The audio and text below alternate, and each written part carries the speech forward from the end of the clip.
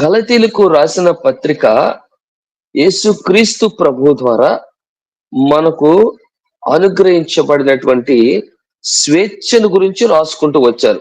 ఈ గలతీ రాసిన పత్రికలో ఆ స్వేచ్ఛలో మనం ఎలా బ్రతకాలి, ఆ స్వేచ్ఛను మనం ఎలా అనుభవించాలి, ఆ స్వేచ్ఛతో మనము ఎలాంటి పనులు చేయాలి, ఆ స్వేచ్ఛ ఎలాను మనం సంపాదించుకోవాలి అన్నటువంటి విషయాన్ని మనకి చెప్తా ఉంటది. ఈ 9 ఉత్తరాల్లో ఈ సంఘానికి సంబంధించినటువంటి రోమేలకు రాసిన పత్రికలో 1-2 కొరింథీకి రాసిన పత్రికల్లో, గలేషియన్స్, ఎఫిషియన్స్, ఫిలిపియన్స్, కొలసియన్స్, 1-2 తెస్సలోనికల పత్రికలో సంఘాన్ని ఉద్దేశించి స్పష్టమైనటువంటి ప్రతి ఒక్క సంఘానికి ఒక రకమైనటువంటి అవసరతను గుర్తించి రాసుకుంటూ వచ్చాడు.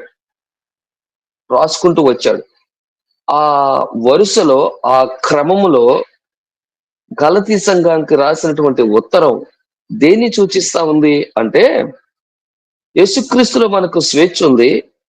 ఆ స్వేచ్ఛను మనం ఎలా సంపాదించుకోవాలి,